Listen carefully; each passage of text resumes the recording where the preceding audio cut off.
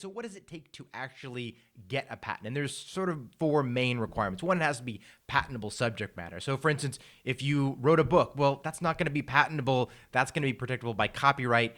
Books really aren't going to be patentable. Or if you have a logo or a slogan, well, that's not protectable by patent either. That's going to be something that's going to be in the realm of trademark. So it just needs to be a thing that could be patentable. And like I said before, that's going to be physical things that are utilitarian and methods related to using utilitarian things.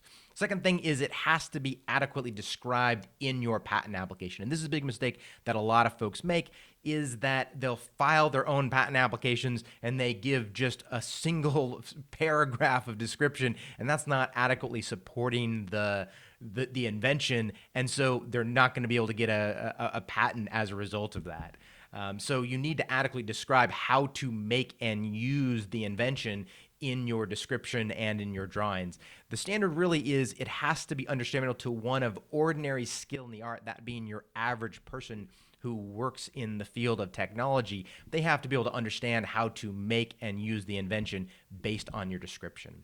So the next one is it has to be new, or it has to be novel. You'll hear those terms thrown around. So novelty that's going to be 35 USC 102, is going to be related to is there one single thing out there that is already exactly like what you have, and whether that's an existing product, whether that's a blog post that describes products, it could be an issued patent, it could be a publication of a pending patent application, any sort of technology disclosure. Does it describe all of the elements that you have in your patent application in the claims? So a lot of times that's going to be fairly easy. Like a lot of times there's going to be some difference, right? There's going to be some difference between what you have, your invention, and what's already out there. And so that's where the fourth and most difficult standard is it has to be non-obvious.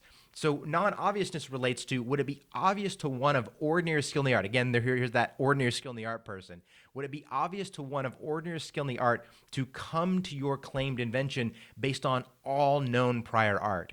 And here, so for instance, let's say you have something and you're using a different material and nobody's ever talked about using this material. Well, would it be obvious to use this other material based on other teachings in the art? Would it be obvious to try to add this other material, use this other material in place instead of the ones that are typically in the art? So a lot of times with novelty rejections, examiners will pull together multiple references and say, well, this reference has these elements that are shown in your claims. This one has these elements. This one has these elements. So it would be obvious to combine these things to come to your invention. So that is typically going to be the hardest standard to overcome in most examination, is the obviousness standard.